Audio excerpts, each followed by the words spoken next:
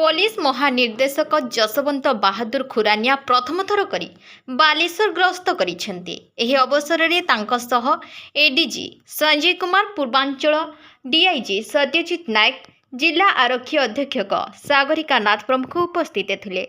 अपराह्न 5टा ठारू राति 8टा पर्यंत पुलिस महानिर्देशक वरिष्ठ अधिकारी आलोचना करने सह जिलार आईन श्रृंखला परिस्थिति संपर्क में समीक्षा करिसेंती।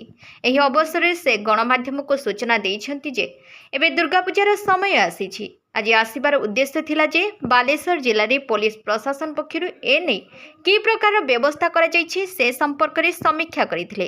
जनसाधारण माने बालेश्वर दुर्गा पूजा शांति श्रृंखला सह करबा पई अपील करिसेंती। दुर्गा पूजार समय आसीछि।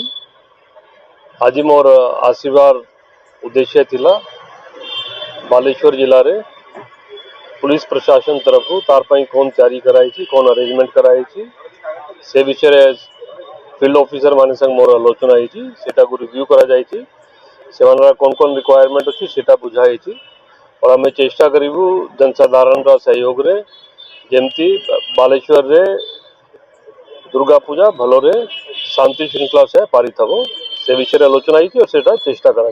धन्यवाद।